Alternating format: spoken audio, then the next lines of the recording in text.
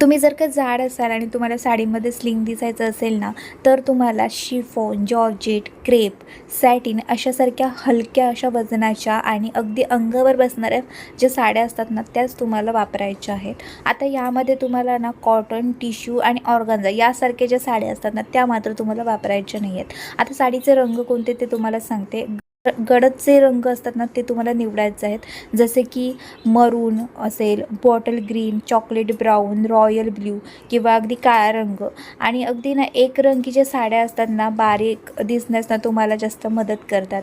आता डिझाईन्समध्ये सांगते. मोठ्या फुलांच्या नक्षीऐवजी लहान प्रिंट्स असलेल्या ज्या किंवा त्याच्यावरती छोटीशी बुट्टी असेल किंवा साध्या अशा डिझाईनच्या ज्या साड्या असतात ना, त्या तुम्हाला निवडायच्या आहेत.